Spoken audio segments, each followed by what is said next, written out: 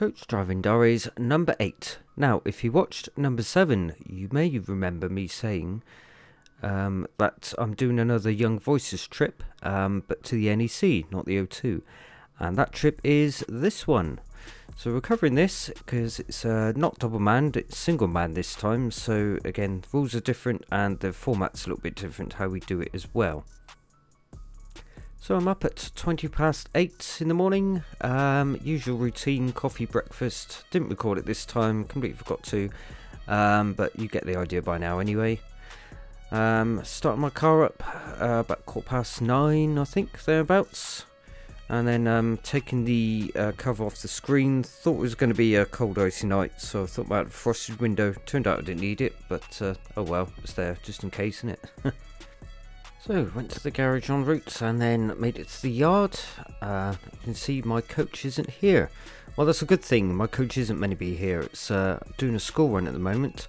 And then it's picking up the start point and then going to Gloucester Services. So, what I'm doing is getting in the fleet car and running ahead from the yard to Gloucester Services. So what it says on the map is pretty much what it took me. It was an actual hour and 10 minutes from Westbury to Gloucester.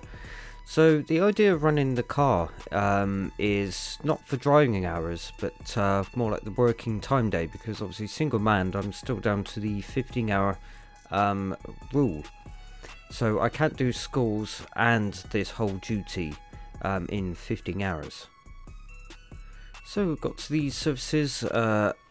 Had a bit more time than I thought because the coach left the starting point a few minutes late. Still gave me a chance to use the toilet and buy a coffee. Although I've since found out after buying this that I could have just bought coffee for a penny, because I didn't realise I have a driver's voucher scheme here as well, like you have at Moto Services. So here's my colleague arriving with the coach. While we did the changeover, the group got off just to use the facilities quickly, and then once they're back on board, we were on our way to Birmingham.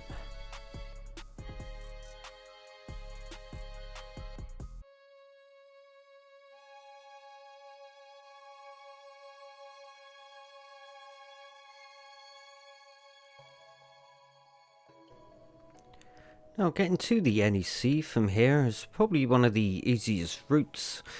That's when everything's running, of course. All it is up onto the M5, across on the M42, off at junction 6, and you are there, literally just off junction 6. Easy.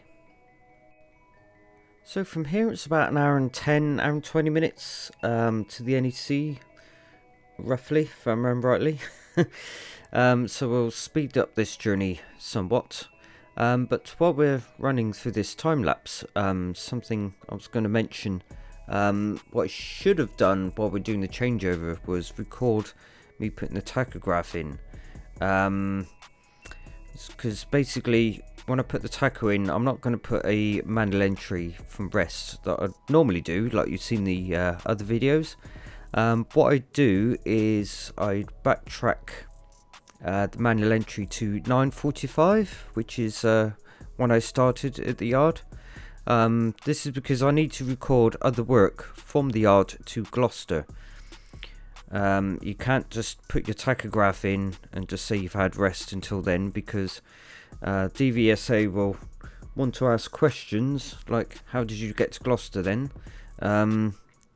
Which is supposed to be your working time. Or otherwise, if you did stay at Gloucester Services, or any services for that matter, any scenario, you're legally allowed to do that in a hotel, but you must prove that you were staying at the hotel in question by some form of receipt or something. That's always important to do.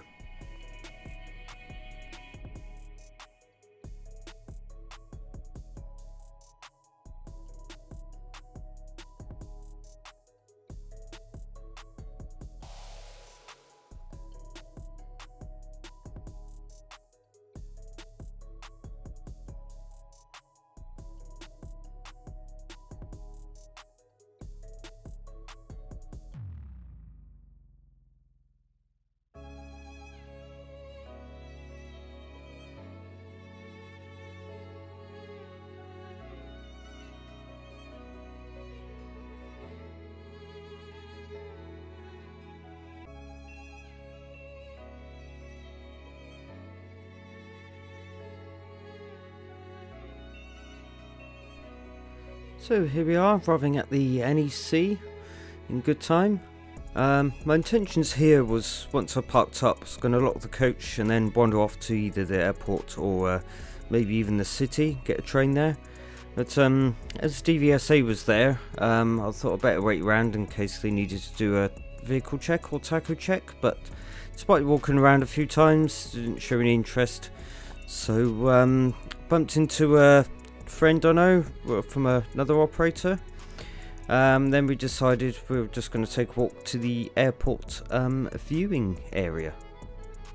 So to get to the viewing area, it's a bit of a walk. You have to walk through part of the NEC, past the train station, onto a monorail to the airport terminal, walk through quite a bit of the terminal to the other end, and then from there it's probably another 5-10 minute walk max to this viewing area where we are here. All the times I've been here, the planes hasn't been taken off and landing the other end. I've never been here when they've been using this part of the runway. I thought it would be easier for landing pictures, but evidently not, because you've got this barbed wire and fence in the way. It's higher than the viewing area itself as well. So I've got a few pictures off my camera, not a lot. As I say, mostly because of the the fence being in the way. But I think the highlight for me was the unexpected arrival of the AN12 coming in. Never seen one of these fly before, so well pleased to see one of these landing. So we spent a good couple of hours here, but it was getting to the point where I couldn't feel my hands anymore, so it was time to walk back to the nice warm terminal to warm up. Naturally went to Greg's to get a latte and a slice, had to be done, and then heading back onto the monorail, back to the NEC and back to the coach. And a bit later on, decided just to have a walk around the coach park, see what operators and coaches were in. It's mostly just Midlands, East Midlands, and a handful of Wiltshire operators here. So about 6:30, 6:45, went into the Resorts World to get dinner. Now this is a good time window to go for, because most of the people that's going to see the Young Voices event would have left by now. Any time before 6:30, from past experience, find that the place is absolutely rammed. So the sort of 6:30, 7 o'clock window is a good time to go in for dinner. I went to the gourmet burger kitchen because I find their burgers and fries are just absolutely delicious. And after dinner, back at the coach, did some cleaning, just did a brush through, just hoovered up the carpet. It's all nice and tidy now, ready for the run back, because I'm not going to have a lot of time when I get back to do any brushing or anything. So to my surprise, they were ready at 10 to 9. So that was good, and by the time they got everyone on, it was 9 o'clock. Although I think it did help, because they said they were going to skip the toilet stop on the way out, which is pretty much what everyone else does. So that did speed it up. So we're going to do a toilet stop at Services instead. They just wanted to get away as soon as we could to avoid the traffic carnage. So getting out of here is pretty easy. This bit, I tend to always drive towards the cones, get as close as you can to avoid climbing the curb on the left. And if you're unlucky to be away at about 9:15, 9:30, you tend to be queuing from here to the M42 roundabout. But as I say, because we left early, we're lucky. We practically sailed up to the M42 roundabout.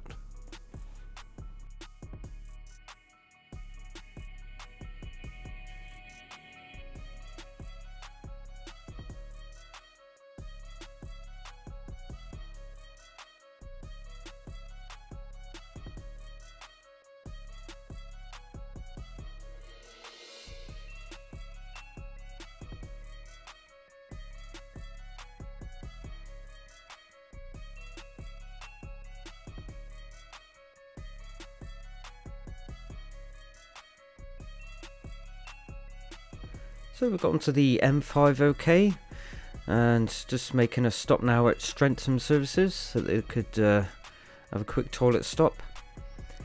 I haven't stopped in a coach off of memory, don't ever recall stopping here. I've stopped here a few times in a car before, but not with a coach. It's easy to get to the coach park, right, you know, signposting and that, but what I didn't expect was the craters on the approach to the coach parking area. It's similar-ish on the way out as well. It's quite bumpy. I mean, it's not quite as bad as Heston. If you've ever stopped at Heston, then you know what I'm on about. They haven't spent any money dealing with the roads there, and road chefs certainly haven't here either.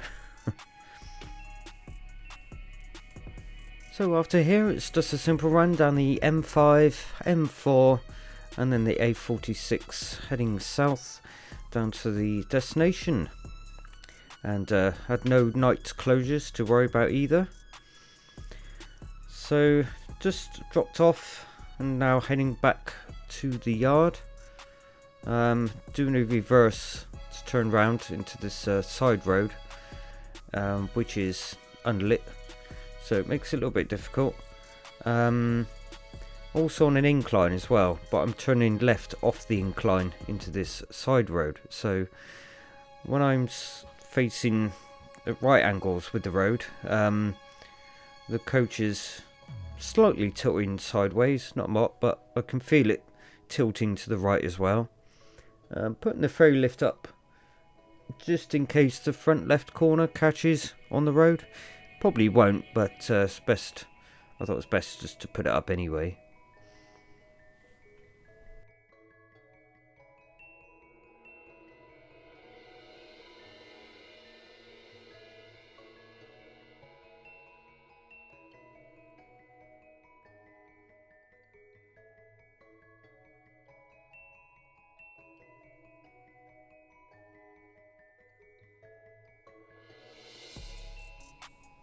So here we are back at the yard.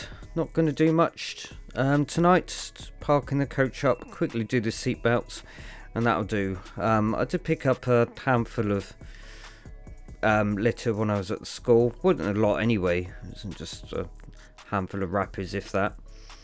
But yeah, otherwise I haven't got any time to do any mopping or anything because my 15 hours is nearly up.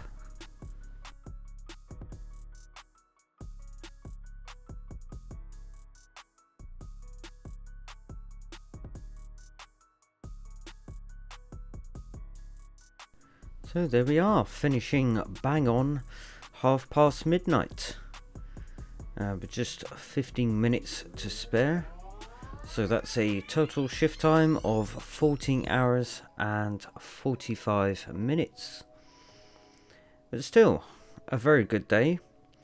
Hard to choose whether the NEC or the O2 is my favourites, but I like both of them really, but I do like the O2 for some reason a little bit more, even though it is a longer day. So there we are, that brings the end of this episode. So I hope you enjoyed this video. Like and subscribe as always for more of these types of videos, and also comment if you liked it as well. So until then, I shall see you guys on the next video. Okay, take care, thank you, and goodbye.